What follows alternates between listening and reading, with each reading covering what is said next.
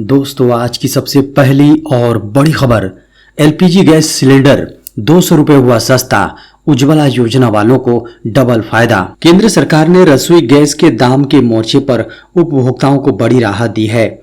केंद्रीय मंत्री अनुराग ठाकुर ने कहा कि पीएम मोदी ने सभी यूजर्स के लिए घरेलू एलपीजी सिलेंडर की कीमत में 200 रुपए की कटौती का निर्णय लिया है। यह रक्षाबंधन के मौके पर देश की महिलाओं के लिए पीएम नरेंद्र मोदी की ओर से एक उपहार है। बता दें कि देशवासियों का किचन का बजट कम होता हुआ दिखाई दे सकता है। खाना पकाने के लिए रसोई गैस का देश भर में बहुतायत में उपयोग किया जाता है। इसकी कीमतें बढ़ने से किचन का बजट भी बढ़ता हुआ नजर आता है। लेकिन अब रसोई गैस पर खाना पकाने वालों के लिए सरकार दामों में कटौती की सौगात लेकर आ रही है। बड़ी खबर है, ईडी को सौंपी गई चाईबासा मनरेगा घोटाले की जांच। झारखंड उच्च न्यायालय के चीफ जस्टिस संजय कुमार मिश्र और जस्टिस आनंद सेन की खंडपीठ ने मंगलवार को चाईबासा जिले में हुए 28 करोड़ रुपए के मनरेगा घोटाले की सीबीआई जांच की मांग को लेकर दाखिल एक जनहित याचिका पर सुनवाई की। झारखंड उच्च न्यायालय ने मंगलवार को एक बड़ा निर्णय लेते हुए चाईबासा मनरेगा घोटाले की जांच को ईडी के हवाले कर दिया है। हाईकोर्ट ने राज्य सरकार को निर्देशित किया है कि मामले में दर्ज की गई अब तक की सारी एफआईआर की कॉपी ईडी को सौंपी जाए। ईडी इस मामले की जांच 1 माह में पूरी करे और छानबीन के बाद अगले एक्शन की जानकारी 31 सितंबर तक कोर्ट को सुपुर्द करे। मामले की अगली सुनवाई 31 सितंबर को निर्धारित की गई है। अदालत ने निर्देश दिए कि प्रवर्तन निदेशालय यानी ईडी इस मामले की जांच तय समय सीमा के भीतर करे। बता दें कि इस मामले को लेकर याचिकाकर्ता ने वर्ष 2013 में उच्च न्यायालय में जनहित याचिका दायर किया था। अदालत ने याचिका निष्पादित कर दी थी। याचिकाकर्ता ने फिर 2021 में एक जनहित याचिका दायर की है। अदालत ने उसी पर सुनवाई की। झारखंड में अब 30 अगस्त को नहीं 31 अगस्त को होगा अवकाश। झारखंड सरकार ने रक्षाबंधन के अवसर पर 31 को अवकाश की घोषणा की है। इससे पहले रक्षाबंधन पर 30 को अवकाश दिया गया था। 28 अगस्त को कार्मिक प्रशासनिक तथा राजभाषा विभाग के संयुक्त सचिव ओम प्रकाश साहा ने नया आदेश जारी करते हुए अब रक्षाबंधन के लिए 31 अगस्त को अवकाश की घोषणा की है। यानी अब 30 अगस्त को रक्षाबंधन के लिए अवकाश नहीं होगा। सीबीएसई ने 10वीं 12वीं का सैंपल क्वेश्चन पेपर 2024 किया release. Central board of secondary education यानी सीबीएसई ने वर्ष 2024 में 10वीं और 12वीं की एग्जाम देने जा रहे छात्रों के लिए अपनी वेबसाइट पर सैंपल पेपर अपलोड कर दिया है। छात्र सीबीएसई की आधिकारिक वेबसाइट cbseacademic.nic.in से इसे डाउनलोड कर सकते हैं। कक्षा 10वीं और 12वीं की बोर्ड परीक्षा 15 फरवरी 2024 से शुरू होगी। परीक्षा कुल 55 दिनों तक चलेगी और उम्मीद की जा रही है कि ये 10 अप्रैल 2024 को खत्म होगी। दरअसल सैंपल पेपर से छात्रों को इस बात का अंदाजा लग जाता है कि बोर्ड परीक्षा में किस पैटर्न पर प्रश्न आने वाले हैं, इसलिए इसे परीक्षा में तैयारी के लिए जरूरी माना जाता है। शिक्षा मंत्रालय और राष्ट्रीय शिक्षा अनुसंधान और प्रशिक्षण परिषद यानी एनसीईआरटी ने राष्ट्रीय शिक्षा नीति 2020 के तहत कई भाषाओं में शिक्षा शुरू करने के लिए उपाय किए हैं। बोर्ड ने अपने स्कूलों से उपलब्ध संसाधनों का उपयोग करने और एक दूसरे के साथ सहयोग करने के लिए कहा है ताकि बहुभाषी शिक्षा से सर्वोत्तम लाभ प्राप्त किया जा सके। जियो ने नए धमाके के साथ इस दिन लॉन्च कर रहा Jio air fiber. Reliance AGM event के दौरान मुकेश अंबानी ने जियो एयर फाइबर के नए के लॉन्चिंग डेट का खुलासा कर दिया है। इस दौरान उन्होंने सभी के इंतजार को खत्म करते हुए बताया कि जियो एयर फाइबर गणेश चतुर्थी यानी कि 19 सितंबर को लॉन्च किया जाएगा, जिसके बाद बिना केबल हाई स्पीड 5G का यूजर मजा ले पाएंगे। मुकेश अंबानी ने आगे कहा कि 1 करोड़ से अधिक परिसर हमारी ऑप्टिकल फाइबर सर्विस जियो फाइबर से जुड़े हुए हैं। वर्तमान में लाखों परिसर ऐसे भी हैं जहां वायर कनेक्टिविटी देना काफी मुश्किल है। जियो एयर फाइबर से इसे आसान किया जा सकता है। इसकी मदद से हम 20 करोड़ घरों और परिसरों तक पहुंचने की उम्मीद करते हैं।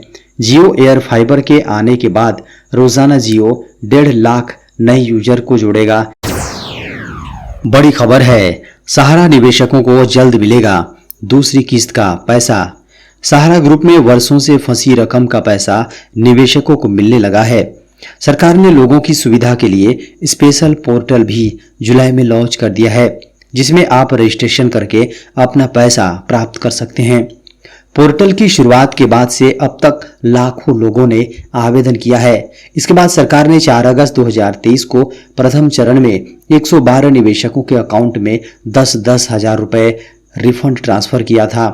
गौरतलब है कि जिन निवेशकों ने सहारा की 4 society Sahara credit cooperative society limited Lucknow, Hamara India credit cooperative society limited Kolkata, Saharayan universal multipurpose society limited Bhopal और stars multipurpose cooperative society limited Hyderabad में पैसे लगाए थे, वह सब इस पोर्टल में स्वयं का रजिस्ट्रेशन करके अपने डूबे हुए पैसों का क्लेम कर सकते हैं।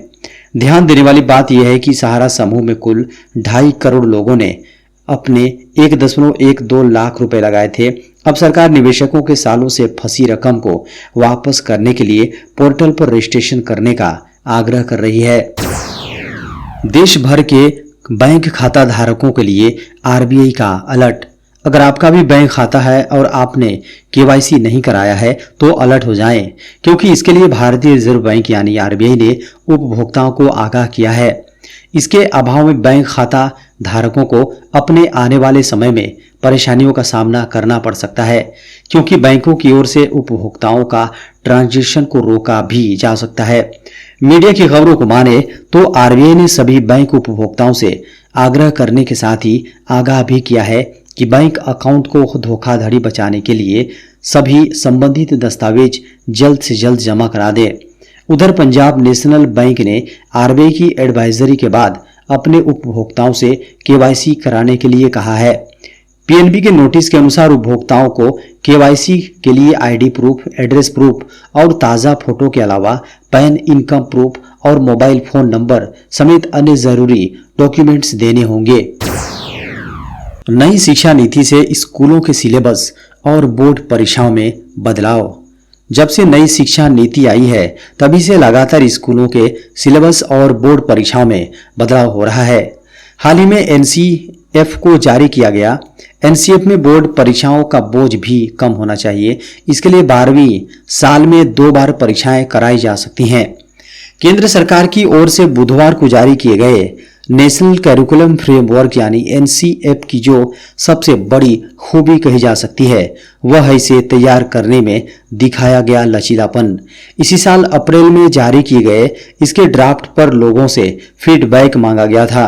बड़े पैमाने पर फीडबैक आया भी और उस पर खुलेपन से विचार भी किया गया।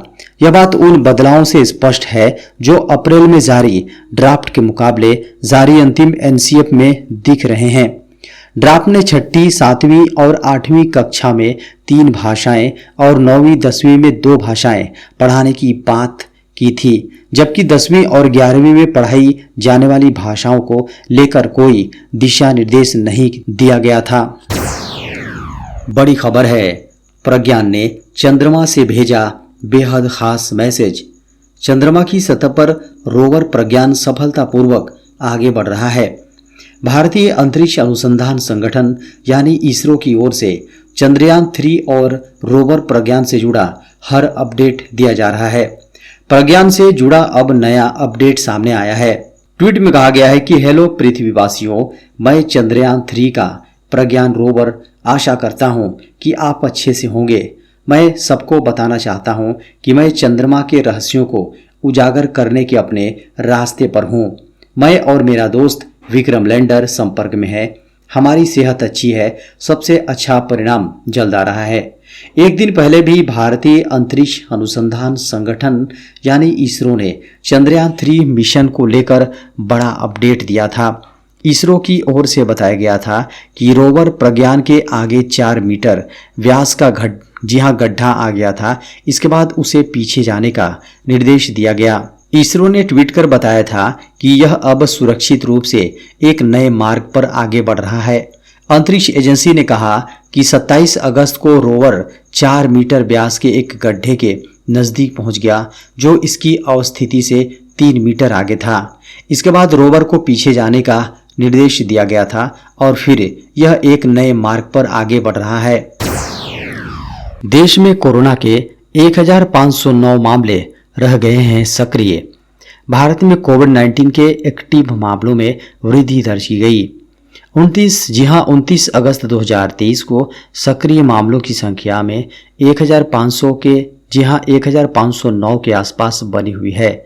28 अगस्त 2023 की सुबह 8 बजे केंद्रीय स्वास्थ्य एवं परिवार कल्याण मंत्रालय द्वारा जारी आंकड़ों को माने तो देश में सक्रिय मामलों की संख्या 1524 थी, जबकि 27 अगस्त 2023 को इनकी संख्या 1502 दर्ज की गई। स्वास्थ्य मंत्रालय द्वारा जारी आंकड़ों को माने तो पिछले 24 घंटों में 23 नए मामले सामने आए हैं, जबकि 38 लोग कोविड-19 से रिकवर हुए हैं। देश में पिछले 24 घंटों में महामारी से किसी की मौत नहीं हुई है। भारत में कोविड-19 से मरने वालों का आंकड़ा 5,31,929 दर्ज किया गया है। केरल अभी भी सक्रिय मामलों के मामले में सबसे ऊपर है। इसके बाद महाराष्ट्र, पश्चिम बंगाल, उत्तर प्रदेश में मामले सक्रिय हैं। वहीं विश्व स्वास्थ्य संगठन के अनुसार चीन में कोरोना संक्रमितों की संख्या 9.93 करोड़ पर पहुंच गई है, जबकि अब तक 1,21,628 लोगों की मौत हो चुकी है। चीन ने पिछले 7 दिन के दौरान 449 लोगों में संक्रमण की सूचना दी है।